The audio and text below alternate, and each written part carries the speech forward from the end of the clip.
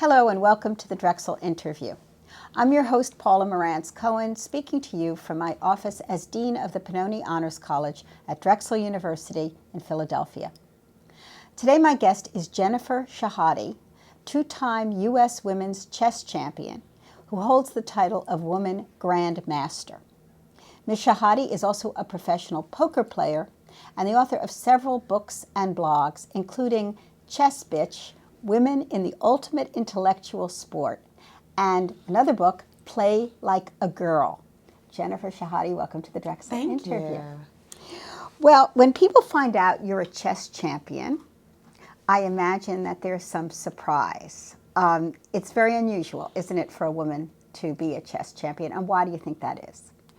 Well, chess has never caught the same type of popularity amongst women and girls as it has amongst men and boys, but it really is starting to change. So I like to think that the image of the chess player will also include the 10-year-old girl who's a prodigy. We actually have a 11-year-old girl, Carissa Yip, who's one of the strongest female chess players out there. Well, I know you have been involved in the effort to get young women to be involved in chess, children, actually, female children.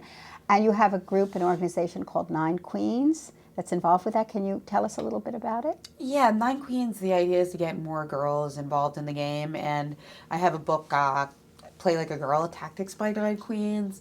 And the concept is that we wanted to write a chess book where all of the tactics and all of the positions and games were all by female players, so that it could be inspiring for girls picking up the game. But honestly, these games haven't been showcased to the same level that a lot of historic games featuring male grandmasters. So I also have boys telling me they like the book. They're like, oh, there's so many cool new positions in here. So do you think there's something different about those positions that the female players are presenting versus a similar book by a male champion? No, I think there's very little differences, if any.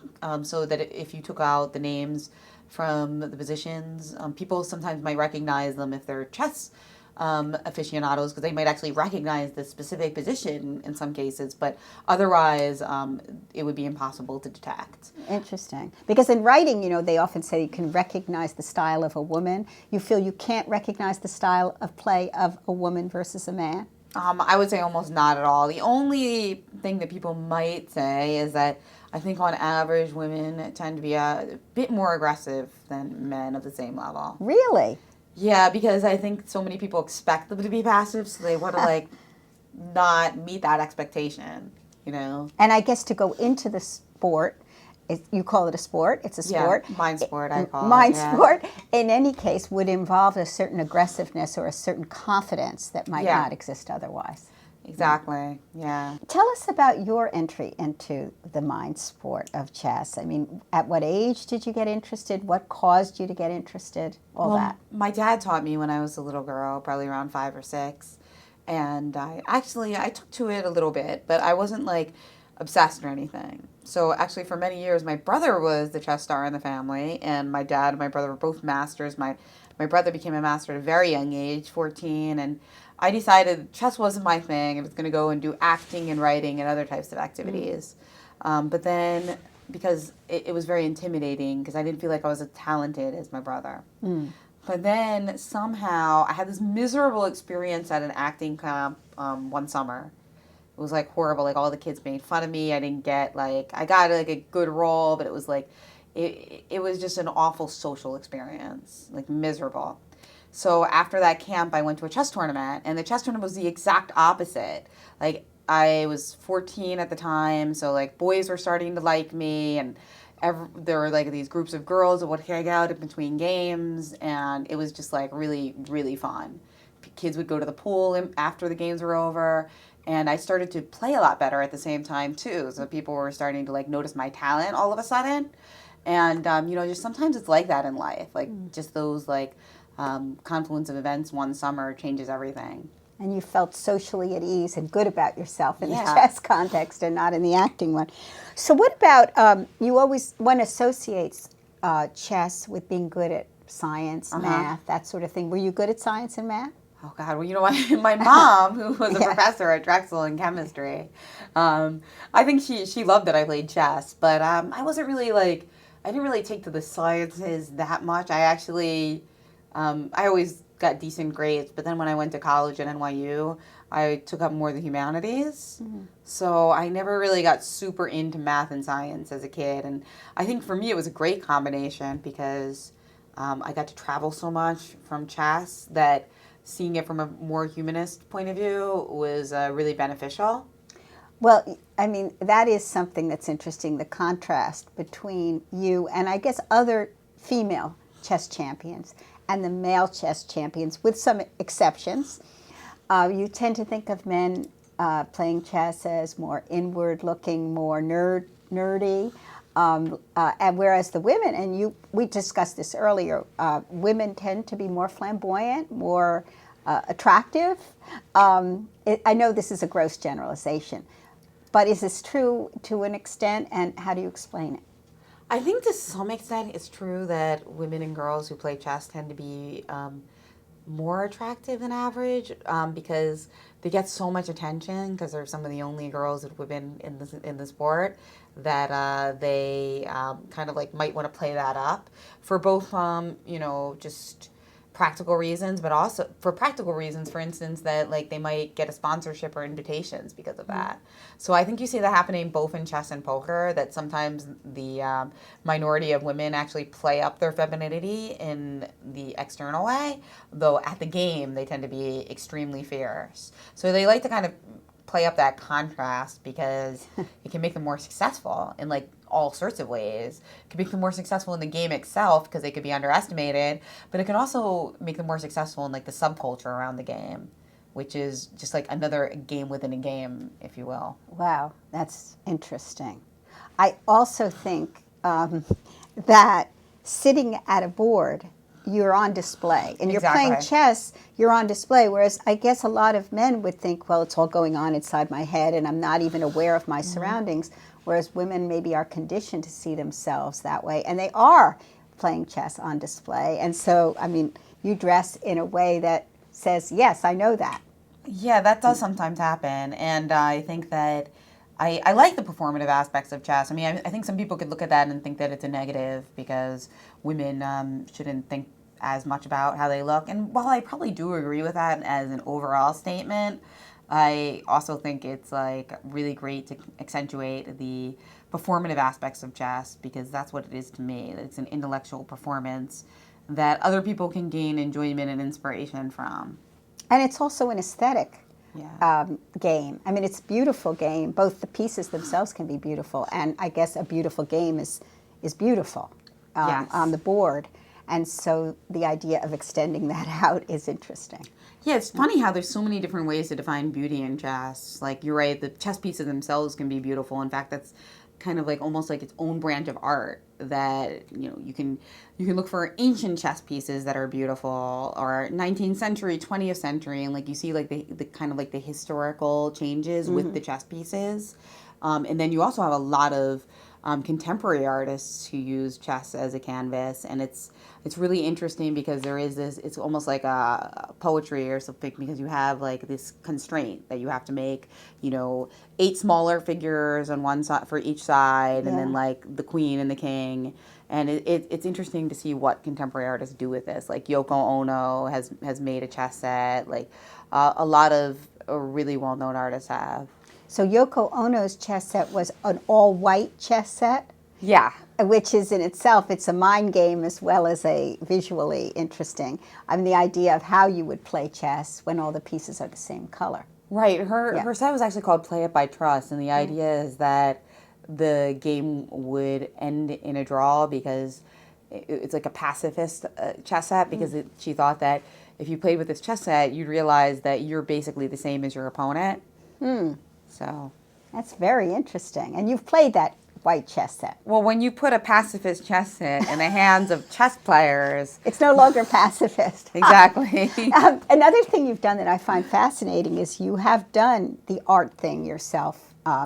You have staged a piece of, I guess, conceptual art in your Naked Chess piece, which is a play on the surrealist Marcel Duchamp's Naked Chess. Could you explain his and then your play on it? Yeah, so Marcel Duchamp, just the incredibly influential conceptual artist who was also a master-level chess player.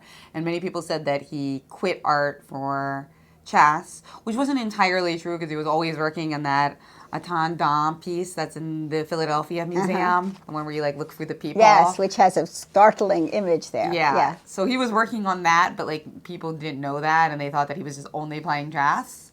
And so he became a master-level chess player, and then at the time of one of his show openings later in his life in the Pasadena Art Museum, he played chess against a naked woman.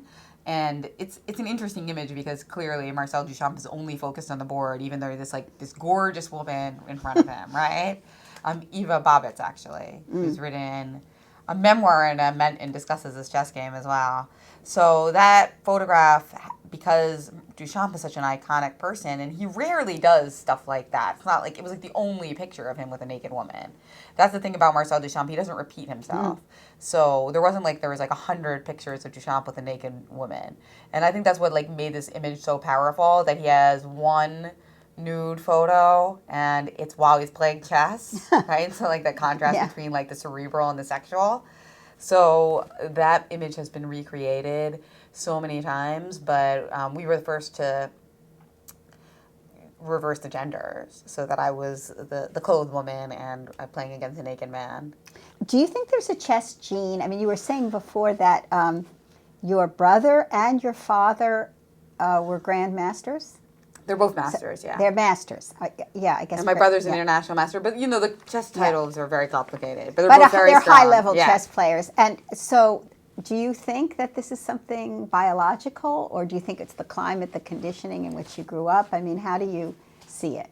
I think there's like probably some semblance of biology, but I think it's mostly the motivation to work on chess. And I think you can even see that in my own story because when I started, I was not considered very talented.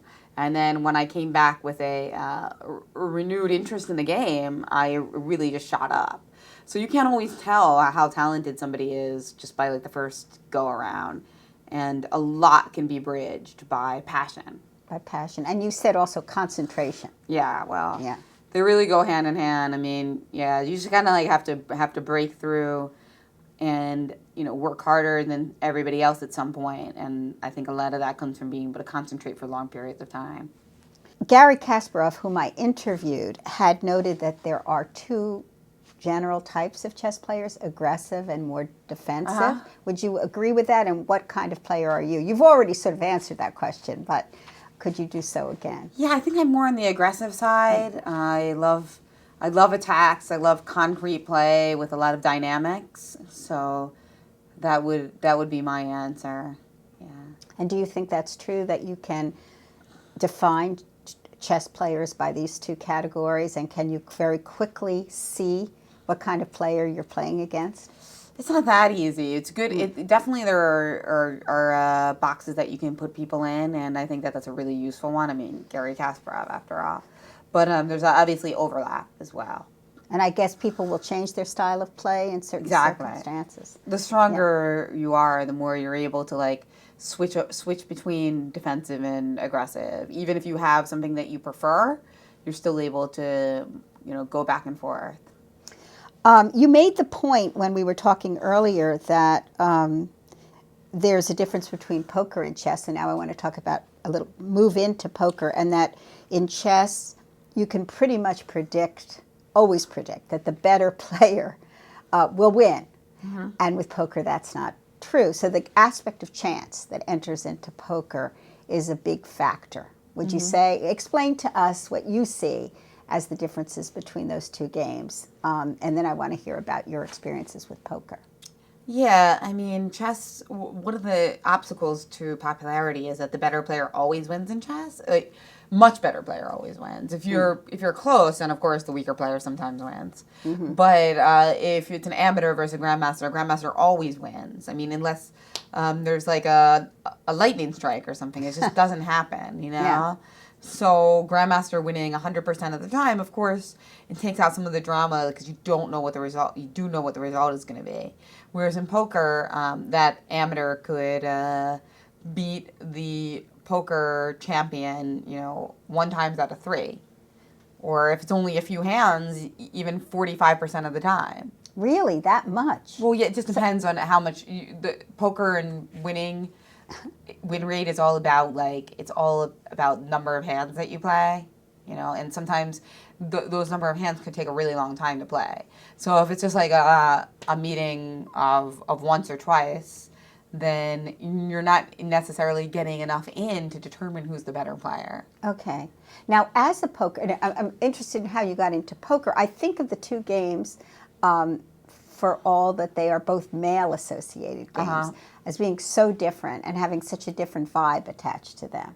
So how did you get into poker, and what is that different vibe? Well, I got into poker around the time that I wrote Test Bitch because it became booming in the United States.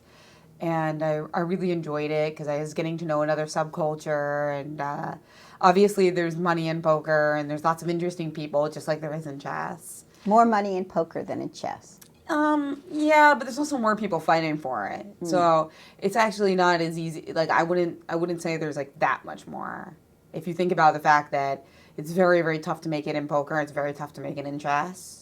So certainly you can get lucky in poker easier. So but you can also lose a lot more money in poker. Now, chess has this intellectual reputation. Exactly. Poker has this sort of macho, swaggery reputation. So I wonder if, as a woman playing poker, you come across other kinds of issues, or even more aggressive, angry men when you beat them. Or what's the difference in the climate of the game when you play poker versus playing chess? Well, the difference in poker is that you're actually socializing and chatting while you're playing, which doesn't happen in chess. It's kind of against the rules. So there's a lot of men are flirting with women.